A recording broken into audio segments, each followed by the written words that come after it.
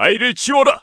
1753년 겨울 세자의 명령이 떨어졌습니다. 대상은 자신의 뱃속 아이였습니다. 무릎 꿇은 궁녀, 그녀의 이름은 임씨, 세자에게 단 한 번도 사랑받은 적 없는 여인이었습니다. 전하, 제발. 내 목숨도 아까운 줄 알아라. 세자는 그녀의 얼굴조차 제대로 본 적이 없었습니다. 궁녀 수백 명 중 하나, 필요할 때 불렀다가 버리는 존재였죠. 임씨는 몰랐습니다. 자신이 목숨 걸고 지킬 그 아이가 126년 후 조선의 왕이 될 줄은. 더 놀라운 건 이겁니다. 세자는 뒤주에 갇혀 죽었습니다. 궁녀는 쫓겨났죠. 아들은 유배지에서 죽었습니다. 그런데요, 그 후손이 왕자에 올랐습니다. 끝까지 들으시면 소름 돋습니다. 좋아요와 댓글 부탁드립니다. 1753년 창덕궁으로 돌아가겠습니다. 촛불이 흔들렸습니다. 세자의 그림자가 벽에 길게 늘어졌죠. 너 이름이 뭐냐? 임씨라 하옵니다. 임씨, 가까이 와라. 술냄새와 광기가 뒤섞인 눈빛. 궁녀 임씨는 떨리는 발걸음으로 다가갔습니다. 1753년 창덕궁, 단풍이 후원을 물들이던 가을이었습니다. 한중록에 따르면 그녀의 이름은 유애였습니다. 얼굴이 예쁜지 못생겼는지 어떤 일을 맡았는지 기록은 전하지 않습니다. 21밖의 평범한 궁녀, 그녀는 자신의 운명이 곧 송두리째 바뀌리라는 것을 알지 못했습니다. 당시 사도세자는 19살의 청년이었습니다. 이미 세자빈 해경궁 홍씨와 혼례를 올린 지 9회가 지났고 의소세손과 정조를 낳은 후였죠. 세자는 체격이 석대했다고 합니다. 효종이 사용하던 청룡도와 쇠로 주조한 큰 몽둥이를 16살 무렵부터 들어 사용할 수 있었다고 하니 힘이 대단했던 것이죠. 그런데 세자에게는 어두운 면이 있었습니다. 궁녀들을 가까이 하려 했지만 거절당하면 심하게 구타했다고 한중록은 기록하고 있습니다. 피가 흐르도록 때렸다는 것이죠. 거절하는 여러 궁녀들을 구타하던 중에 임씨를 만나게 되었습니다. 임씨가 어떻게 세자의 눈에 들었는지는 정확히 기록되어 있지 않습니다. 조선왕조실록에도 승정원일기에도 그 날짜는 없습니다. 다만 한중록에는 세자가 임씨를 가까이 했다는 기록만 남아있죠. 세자는 잠시 그녀에게 관심을 보였습니다. 그러나 그것은 총애가 아니었습니다. 한때의 관심일 뿐이었죠. 그해 겨울 임씨는 자신이 임신했다는 것을 알게 되었습니다. 궁녀가 세자의 아이를 베는 것은 대단한 영광일 수도 있었습니다. 하지만 임씨에게는 공포의 시작이었죠. 세자는 임씨의 임신 소식을 듣자마자 냉담하게 돌아섰습니다. 아니, 냉담을 넘어 적대적이었습니다. 영조는 세자가 학문에 전념하기를 바랐습니다. 그런데 20살도 되지 않은 세자가 궁녀를 건드려 아이까지 만들었다는 것을 알면 대노할 것이 분명했죠. 세자는 부왕의 꾸지람이 두려웠습니다. 지워라, 당장. 한중록에 따르면 세자는 임씨에게 낙태를 강요했습니다. 뱃속 아이를 지우라고 명한 것이죠. 임씨는 절망했습니다. 세자의 명을 거역하면 죽음이었고 따르자니 뱃속 생명을 죽여야 했습니다. 궁 안 어디에도 그녀의 편은 없었습니다. 세자의 생모 영빈 이씨조차 임씨를 아는 채 하지 않았죠. 영빈에게 임씨는 아들의 비행을 상징하는 존재였습니다. 그런데 뜻밖의 일이 벌어졌습니다. 세자빈 해경궁 홍씨가 나선 것이죠. 남편의 다른 여자가 아이를 뵌 것이니 질투가 나야 마땅했습니다. 조선시대의 투기는 여자의 본능으로 여겨졌죠. 중종도 딸 효정옹주에게 부녀자로서 투기가 없을 수가 없다고 나무랐을 정도였습니다. 그런데 해경궁은 한중록에서 놀라운 고백을 합니다. 임씨가 너무 박대를 당해서 질투는커녕 동정심이 생겼다. 남편의 첩을 돌본 여자, 조선 500년 역사에 단 한 명이었습니다. 만삭이 되도록 모두에게 투명인간 취급을 당하는 임씨를 보다 못해 해경궁이 그녀를 돌봐주기 시작했습니다. 세자빈이 서출의 어머니를 돌보는 것은 전례 없는 일이었죠. 세자는 임씨를 외면했습니다. 출산 전까지 안면몰수로 일관했죠. 임씨는 세자의 처소 근처에도 가지 못했습니다. 세자가 곧바로 다른 궁녀 수칙 박씨 빙의를 후궁으로 삼았다고 합니다. 임씨에 대한 관심은 이미 꺼져버린 것이죠. 오직 해경궁의 보살핌만이 그녀를 버티게 했습니다. 1754년 음력 2월 초하루 산실에 울음소리가 터졌습니다. 상궁이 달려왔습니다. 마마 사내 아이옵니다. 하지만 아무도 축하하지 않았습니다. 영조가 소리쳤습니다. 서자를 낳았다고? 이 못난 놈이. 세자는 외면했죠.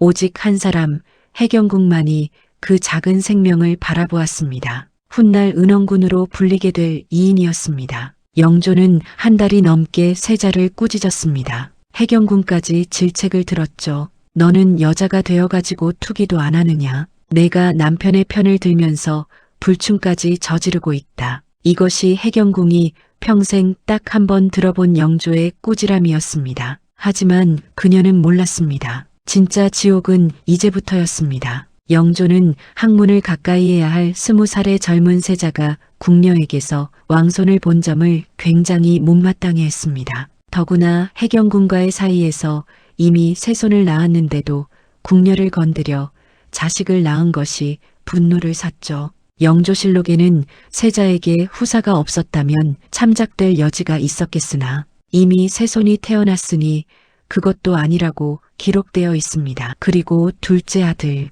은원군이 태어난 후에도 임씨의 처지는 나아지지 않았습니다. 영조와 영빈 이 씨는 친손자인데도 은원군을 기꺼워하지 않았습니다. 궁녀가 낳은 서출이라는 이유였죠. 세자 자신도 마찬가지였습니다. 임씨 모자를 냉대하는 것은 궁 전체의 암묵적인 합의처럼 보였습니다. 그런데 이상합니다. 1755년 음력 정월 또다시 산실에 울음소리가 터졌습니다. 임씨가 둘째 아들을 낳은 것이죠. 세자는 이번에도 오지 않았습니다. 그런데 이상합니다. 세자는 이미 임씨를 버렸습니다. 첫째 아이 때 그토록 분노했던 세자가 왜 또 임씨를 가까이 했을까요? 한중록은 이렇게 기록합니다. 세자의 병이 심해지면서 구분 없이 여러 궁녀를 가까이 했다. 임씨는 사랑받아서가 아니라 세자의 광기 때문에 다시 임신한 것이었습니다. 훗날 은신군으로 불리게 될 이진이었죠. 두 아들을 낳은 임씨는 세자의 후궁으로서 가장 높은 품계인 양제에 봉해졌습니다. 종이품이었죠. 하지만 품계가 높아졌다고 해서 실제 대우가 달라지지는 않았습니다. 임씨는 여전히 그늘 속의 존재였습니다. 은원군과 은신군 두 형제는 궁에서 투명인간처럼 자랐습니다. 형님, 저 배고파요. 조금만 참아. 어머니가 곧 오실 거야. 왕손인데도 끼니를 거르는 날이 많았습니다. 적자인 세손은 산의 진미를 먹을 때 서자들은 남은 밥으로 배를 채웠죠. 그래도 형제는 서로를 의지했습니다. 같은 어머니 뱃속에서 나온 피부치. 세상이 차가울수록 형제의 온기는 더 소중했습니다. 형님, 우리 언제까지 이렇게 살아요? 모르겠다. 하지만 우리 둘이 함께라면 괜찮아. 그들은 몰랐습니다. 곧 이별이 찾아올 것이라는 사실을. 1757년 영조는 왕손교부 홍계능을 임명하여 두 형제의 교육을 맡겼습니다. 왕손 나이 6살에 왕손사부를 임명하는 것이 관례였지만 영조는 두 왕손이 각각 4살, 3살 때 교부를 두었죠. 형식적인 조치에 가까웠습니다. 왕손이니 교육은 시켜야 한다는 것이었죠. 사도세자의 정신적 문제는 점점 심해져 갔습니다. 1757년과 1758년 이후 세자의 병은 더욱 악화되었죠. 발작할 때면 궁비와 환관을 죽이고 괜찮아지면 후회하곤 했다고 실록은 기록합니다. 해경궁 홍씨는 한중록에서 세자가 옷 입기를 꺼리는 의대증이 있었다고 적었습니다. 1760년 어느 날 세자가 갑자기 은원군을 불렀습니다. 6살 은원군은 떨리는 발걸음으로 아버지 앞에 섰습니다. 태어나서 처음 아버지를 만나는 순간이었죠. 이름이 무엇이냐? 은원군이옵니다. 세자가 아이의 얼굴을 오래 바라보았습니다. 자신을 닮은 눈, 임씨를 닮은 인매. 세자는 무슨 생각을 했을까요? 후회였을까요? 아니면 무관심이었을까요?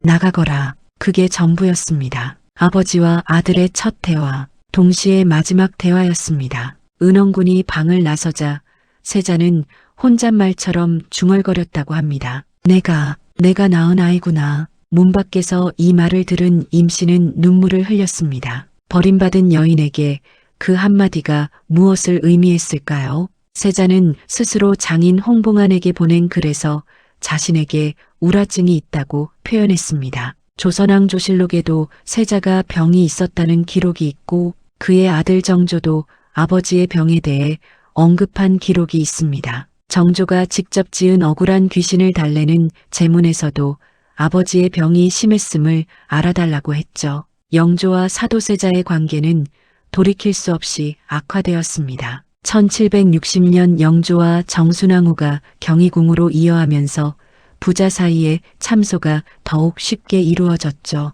양궁이 멀어지니 환관과 기녀가 오가며 서로 이간질을 했습니다. 세자는 문안조차 패하게 되었습니다. 1761년 세자는 관서 지방으로 미행을 단행했습니다. 이것은 유람이었는지 거병 준비였는지 여러 해석이 있습니다. 일부에서는 세자가 군사를 일으키려 했다는 설도 있죠. 영조는 일단 최소한의 사건으로 축소하여 세자가 측근 환관을 데리고 미행한 과실로 처리했습니다. 하지만 관서행은 미봉되었을 뿐 세자를 둘러싼 암투는 결말로 치닫고 있었습니다. 1762년 5월 20이틀 나경원 고변 사건이 일어났습니다. 이것이 세자를 결정적으로 궁지에 몰았죠. 관악 유생들이 동궁의 유람을 경계하는 상서를 올리고 서지수와 서명흥 등이 걱정하는 글을 올렸습니다. 임씨는 이 모든 상황을 지켜보며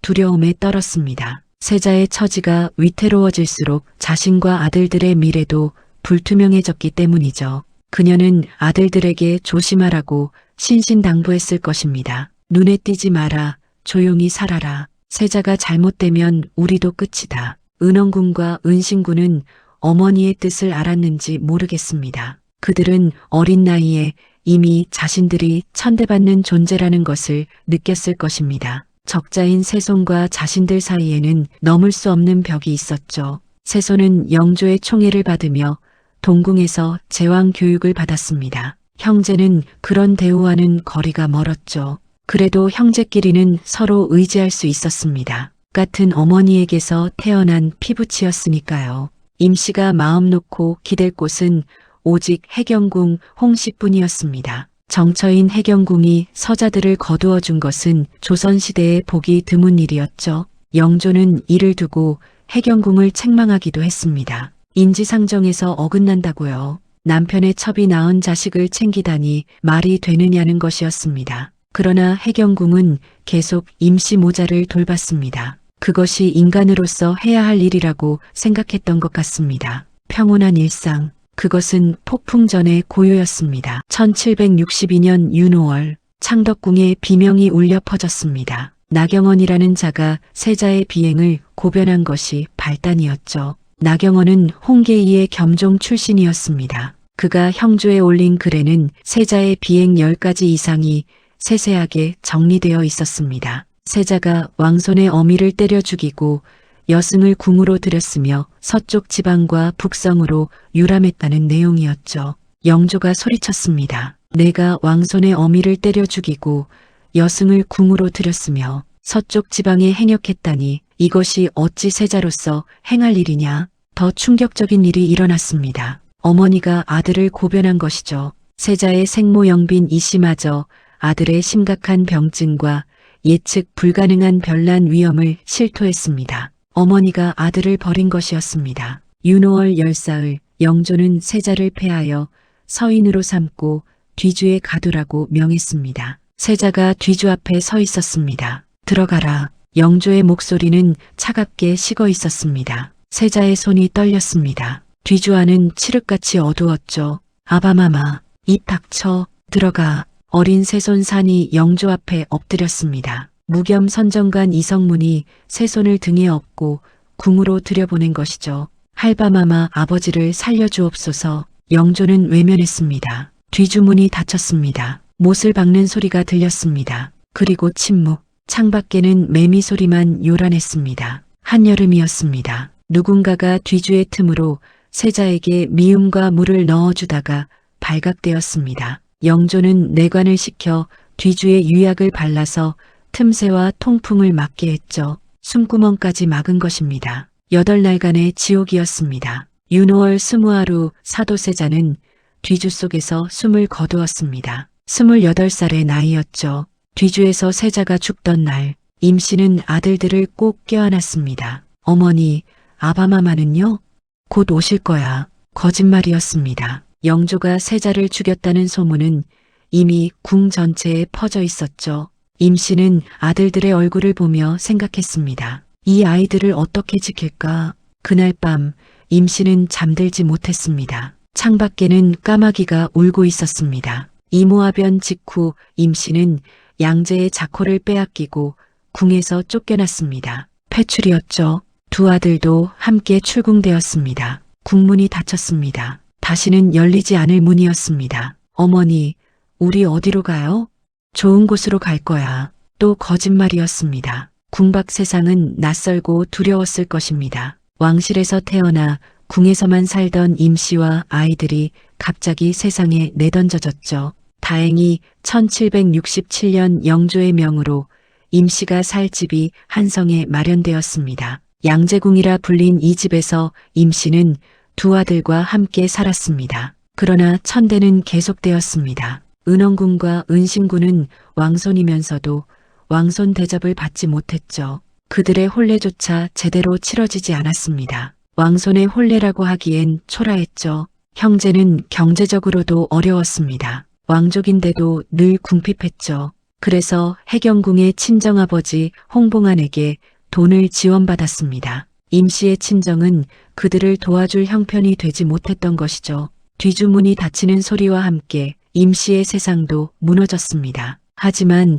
더 큰 시련이 기다리고 있었습니다. 1768년 은원군과 은신군 형제는 종친 부유사 당상에 임명되었습니다. 음력 정월 초하루 승정원의 건의로 은원군, 은신군, 은정군이 함께 임명된 것이죠.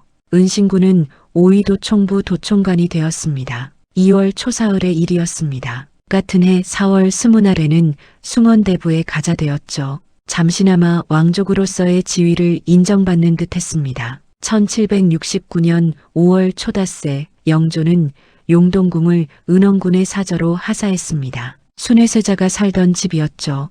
은원군에게는 큰 영광이었을 것입니다. 하지만 곧 비극이 닥쳤습니다. 그의 황경원 사건이 터진 것이죠. 정확히는 황경룡 사건이라고 해야 합니다. 은신군의 보모 황덕혜의 남동생 황경룡이 내시들과 결탁하여 시전 상인들의 재물을 탈취한 죄목으로 고발당했습니다. 황경룡을 고발하는 조사 과정에서 은원군과 은신군 형제가 시전 상인들에게 수백 냥의 빚을 지고 갚지 않은 것이 드러났죠. 이것이 영조의 귀에 들어갔습니다. 양사에서 탄핵이 올라왔습니다. 이것은 단순한 빚 문제가 아니었습니다. 김기주 등이 이를 집요하게 물고 늘어졌죠.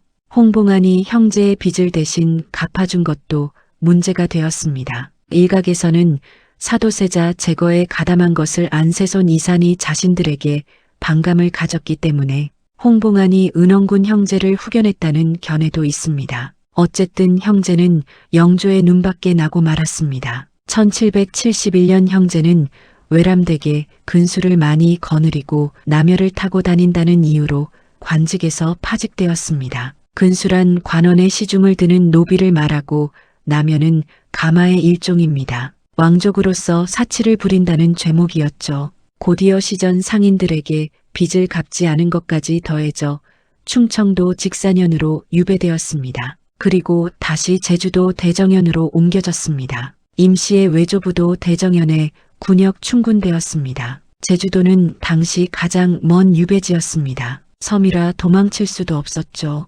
은원군은 18살, 은신군은 17살이었습니다. 청극죄인 신분으로 갇힌 두 형제는 극한의 환경에서 서로를 의지했습니다. 형님, 저 너무 춥습니다. 조금만 버텨. 곧 돌아갈 수 있어. 또 거짓말이었습니다. 돌아갈 수 있을지 아무도 몰랐죠. 제주도의 기후는 한양과 달랐습니다. 풍토병이 돌았죠. 그리고 은신군이 쓰러졌습니다. 1771년 음력 3월 20하을에 제주도의 바람이 차가웠습니다. 17살 은신군은 형의 품에서 마지막 말을 남겼습니다. 형님, 어머님께 죄송하다고. 은신군 이진은 제주도에서 숨을 거두었습니다. 아버지 사도세자가 뒤주에서 죽은 지 9년 만이었고 형과 함께 유배된 지 몇 달 되지 않아서였습니다. 임씨는 아들의 시신조차 보지 못했습니다. 바다 건너 그 먼 곳에서 죽어간 아이,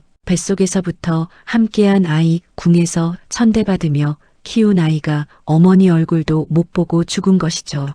은신군의 시신은 제주도에 먼저 안장되었습니다. 나중에 양주군 금촌 이페리로 이장되었죠. 임시 묘소 근처였습니다. 어머니 곁에 아들을 묻은 것입니다. 은원군은 동생이 죽은 후에야 풀려날 수 있었습니다. 유배간 지 3년 만이었죠. 한성으로 돌아온 은원군은 학문에 주력하며 조용히 살았습니다. 그것이 살아남는 길이라는 것을 알았던 것이죠. 1773년 임씨가 세상을 떠났습니다. 이인아, 살아남거라. 정확한 날짜는 기록에 없습니다. 두 아들 중 하나를 먼저 떠나보낸 후였죠. 그녀는 양주군 금촌 이페리에 묻혔습니다. 그러나 임씨의 묘소는 실전되어 지금은 위치조차 알 수 없습니다. 하지만 역사는 그들을 잊지 않았습니다. 반전이 기다리고 있었죠.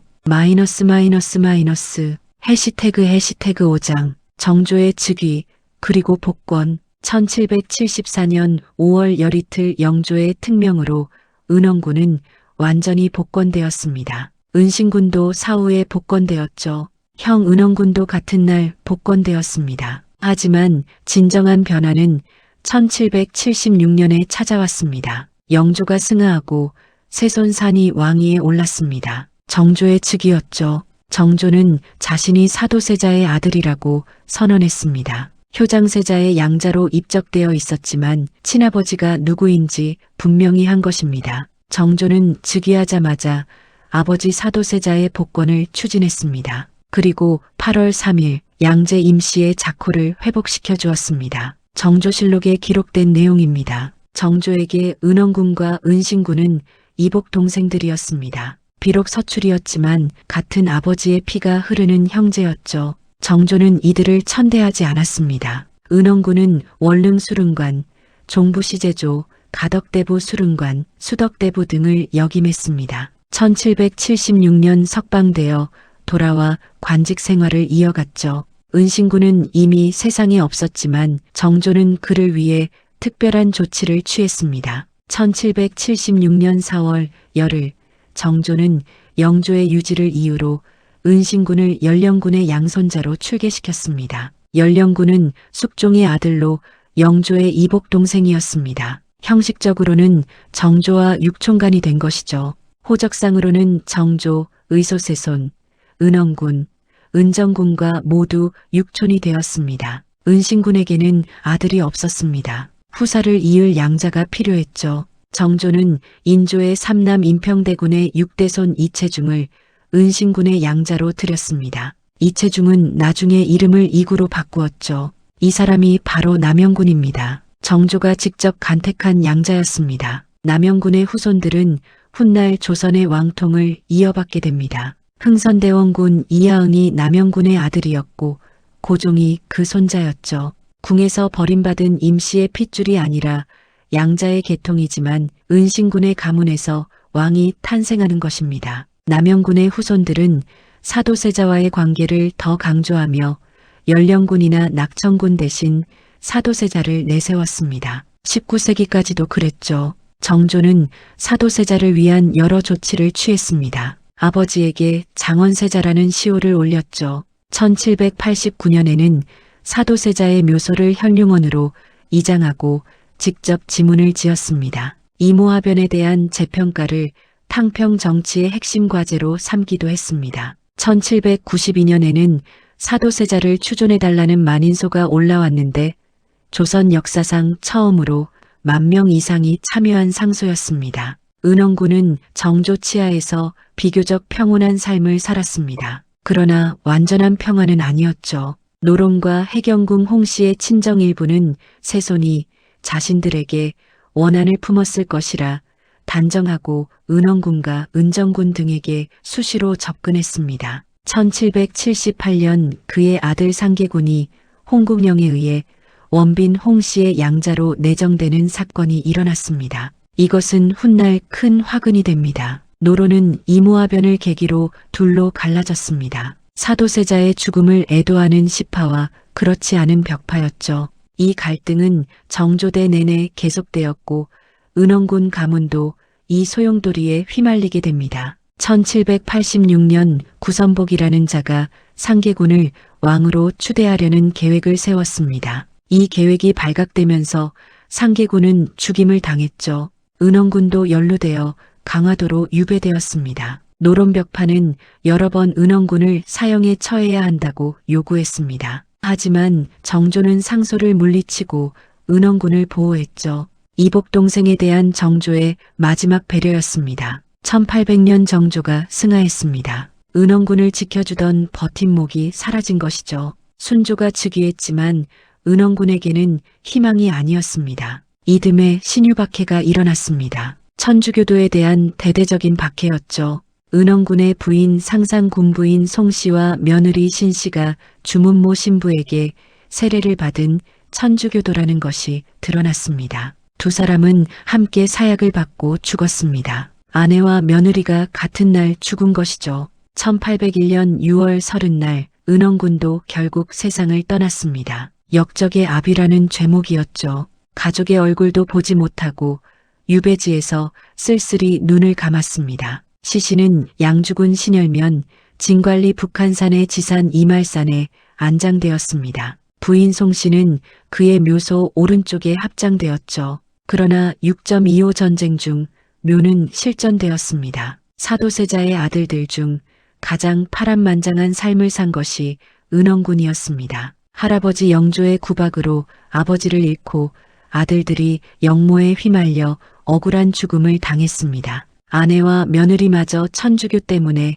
사약을 받았죠. 조선 왕조 역사상 이렇게 불행한 왕족은 드물었습니다. 정조의 동생들 사이에서는 물론이고 조선 왕조 전체를 통틀어도 이보다 파란만장하고 불행한 인생을 보낸 왕족은 찾기 어렵습니다. 은원군이 죽고 그의 자손들은 강화도에서 살게 되었습니다. 상계군과 은정군의 양자가 된 풍계군을 제외하고는 모두 강화도에서 거주하게 되었죠. 왕족의 예우를 박탈당하고 평민처럼 생활했습니다. 1849년에 그의 손자 원범이 철종으로 즉위할 때 강화도령이라는 별칭은 여기에서 유래했습니다. 은원군의 아들 풍계군과 정계군은 순조 12년 이진채와 박종일 영모 사건에서 추대 대상이 되어 궁지에 몰렸으나 순조의 비호로 죽음을 면했습니다. 그러나 정계군의 장남 회평군은 1844년 그를 추대하려는 모반 사건에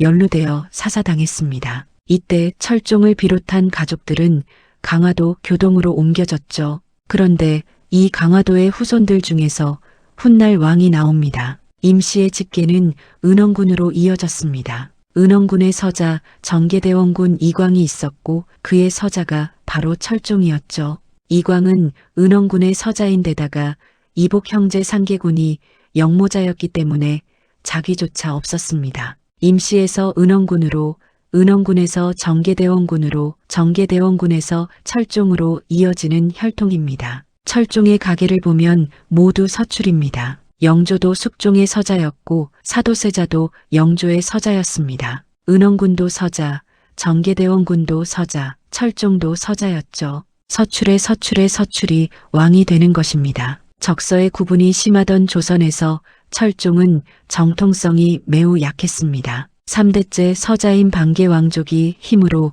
정책을 밀어붙이기는 어려웠죠. 그런데 역사의 아이러니가 시작됩니다. 농사짓던 촌놈이 왕이 되는 순간이 다가오고 있었습니다. 1849년 6월 초였세 헌종이 후사 없이 세상을 떠났습니다. 23살의 젊은 나이였죠. 정조 계통은 헌종대에서 끊겼습니다. 남은 것은 은원군의 후손들 뿐이었죠. 순원왕후가 말했습니다. 영조의 혈맥은 오직 헌종과 한 사람뿐이다. 그 한 사람이 강화도에 살고 있던 이원범이었습니다. 정계대원군의 셋째 아들이었죠. 어머니는 첩실 염씨였습니다. 철종의 증조모가 바로 숙빈 임씨였습니다. 임씨의 핏줄이 조선의 왕통을 잇게 된 것이죠. 그런데 이원범은 왕족이지만 왕족 대접을 받지 못했습니다. 1836년 남웅중 영모 사건으로 일족이 다시 강화도로 유배되었고 1844년에는 이복형 회평군이 영모에 연루되어 처형되면서 이원범도 교동도로 옮겨졌죠. 농사를 짓고 나무를 하며 살았습니다. 최양업 신부의 편지에 따르면 이원범은 친척 집에서 종노릇도 해봤고 매양 주인에게 채찍으로 맞았다고 합니다. 강화도에서 농사짓던 촌농, 종노릇을 하며 매를 맞던 왕족, 순원왕후는 망고풍상을 겪어 거의 촌동이나 다름없다고 했습니다. 그러나 영조의 유일한 직계 후손이라는 점에서 선택의 여지가 없었죠. 그가 대궐로 향합니다. 19살의 이원범은 강화도에서 한성으로 올라왔습니다. 즉위 하루 전에야 덕왕군이라는 군호를 받았죠. 왕족이지만 19이 되도록 군호도 없었고 장가도 들지 못한 처지였습니다. 6월 초하을에 창덕궁 인정문, 손에는 호미 대신 왕홀이 쥐어졌습니다. 버림받은 궁녀의 증손자가 조선의 왕이 되는 순간이었습니다. 강화도령 철종의 탄생이었죠. 고려와 조선 역사를 통틀어 이런 일은 전무후무했습니다. 철종은 안동 김씨 세도 정치의 꼭두각시 왕이었습니다. 제대로 된 학문도 배우지 못한 채 갑자기 왕이 되었으니 정치를 주도할 수 없었죠. 즉위 초에는 순원왕후가 수렴첨정을 했고 1851년에는 순원왕후의 근친 김문근의 딸을 왕비로 맞아들였습니다. 그래도 민생을 걱정하는 마음은 있었습니다. 강화도에서 백성들과 함께 살았기 때문이죠. 삼정의 문란이 극에 달해 1862년 임술민란이 일어났을 때 삼정이 정청을 설치하여 폐해를 바로잡으려 했습니다. 철종실록에는 강화부에 특혜를 주어 묵은 세금 빚을 없애라고 하교한 기록이 있습니다. 함께 고생했던 강화도 백성들을 잊지 않은 것이죠. 1863년 12월 초여들에 철종은 재위 14년 만에 33살을 일기로 세상을 떠났습니다. 후사가 없었죠. 대왕 대비 신정왕후 조씨는 흥성군의 차남 이명복을 익종의 양자로 들여 왕위를 잇게 했습니다. 고종이었죠. 고종은 남영군의 손자였으니 은신군의 양자 계통이었습니다. 임씨의 두 아들 가문에서 모두 왕이 나온 것입니다. 은원군의 직계에서 철종이, 은신군의 양자 계통에서 고종이 나왔죠. 버림받은 궁녀의 피가 조선의 마지막을 장식하게 된 것입니다. 숙빈 임씨의 생애를 돌아보면 비극의 연속이었습니다. 세자에게 버림받고 궁에서 쫓겨나고 아들을 먼저 떠나보냈죠. 궁녀로 들어와 세자의 눈에 들었지만 총애는 없었습니다. 아이를 임신했지만 낙태를 강요받았죠. 왕손을 두었지만 천대받았습니다. 후궁의 자리에 올랐지만 패출당했습니다. 그녀의 묘소마저 실전되어 지금은 어디에 묻혔는지조차 알 수 없습니다. 묘비문을 지은 사람도 비문을 쓴 사람도 기록에 없습니다. 왕의 증조모가 되었건만 무덤조차 찾을 수 없다니 얼마나 비참한 일입니까? 그러나 그녀의 핏줄은 조선 왕실의 중심에 섰습니다. 증손자 철종이 왕이 되었죠. 비록 세도 정치에 휘둘린 왕이었지만 엄연히 조선의 제25대 임금이었습니다. 강화도에서 농사짓고 나무하던 촌놈이 왕이 된 것은 고려와 조선 역사를 통틀어 전무후무한 일이었습니다. 은신군의 양자 계통에서는 고종이 나왔습니다. 대한제국의 황제였죠. 순종까지 이어지며 조선 왕조의 마지막을 장식했습니다. 임씨의 직계는 아니지만 그녀의 아들이 시조가 된 가문에서 황제가 탄생한 것입니다. 남영군의 후손들은 1919년에 세운 흥친왕 신도비와 이준용 신도비에도 장조의 아들 은신군을 강조했습니다. 고종시대에 이르러 임씨는 숙빈으로 추봉되었습니다. 1899년 광무 3년의 일이었죠. 양제에서 숙빈으로 품계가 올라간 것입니다. 황제의 후궁 자격이었습니다. 죽은 지 126년이 지나서야 제대로 된 대우를 받은 것이죠. 살아서는 투명인간이었던 여인이 죽어서야 인정받았습니다. 한중록을 쓴 해경궁 홍씨는 임씨에 대해 동정심을 표했습니다. 투기도 못할 만큼 박대를 받았다고요. 정처인 해경궁이 서출의 어머니를 돌봐준 것은 조선시대에 보기 드문 일이었습니다. 그 따뜻한 손길이 임씨와 그 아들들을 살렸습니다. 해경궁이 없었다면 임씨 모자가 어떻게 되었을지 알 수 없습니다. 임씨의 삶은 권력의 비정함을 보여줍니다. 궁녀로서 세자의 눈에 들었지만 총애는 없었습니다. 아이를 낳았지만 낙태를 강요받았죠. 왕손을 두었지만 천대받았습니다. 후궁의 자리에 올랐지만 패출당했습니다. 아들 하나는 유배지에서 죽었고 다른 아들도 역적의 압이라는 죄명으로 생을 마감했죠. 그런데 역사는 아이러니합니다. 버림받은 여인의 후손이 왕이 되었습니다. 뒤주에 갇혀 죽은 세자의 서자가 왕통을 이었죠. 이모화변이라는 비극이 없었다면, 임씨가 그토록 천대받지 않았다면 이런 일이 일어났을까요? 어쩌면 비극이 있었기에 그 후손이 살아남을 수 있었는지도 모릅니다. 숙빈 임씨는 조선 역사에서 잊힌 여인이었습니다. 드라마나 영화에서도 거의 다뤄지지 않았죠. 하지만 그녀 없이는 철종도 없었고 흥선대원군도 없었고 고종도 없었습니다. 궁에서 투명인간 취급을 받던 궁녀가 조선 후기 왕실의 뿌리가 된 것이죠.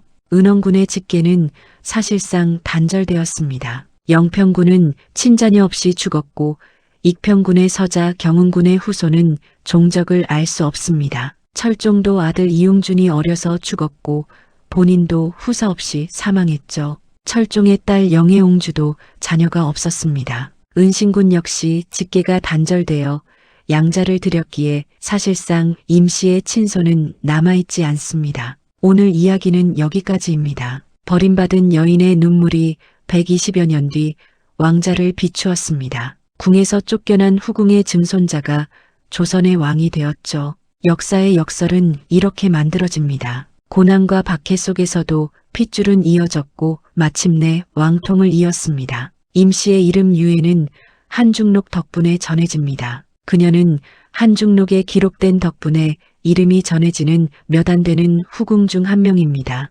해경궁의 북끝에서 살아난 여인 숙빈 임씨. 다음 이야기에서 또 만나겠습니다.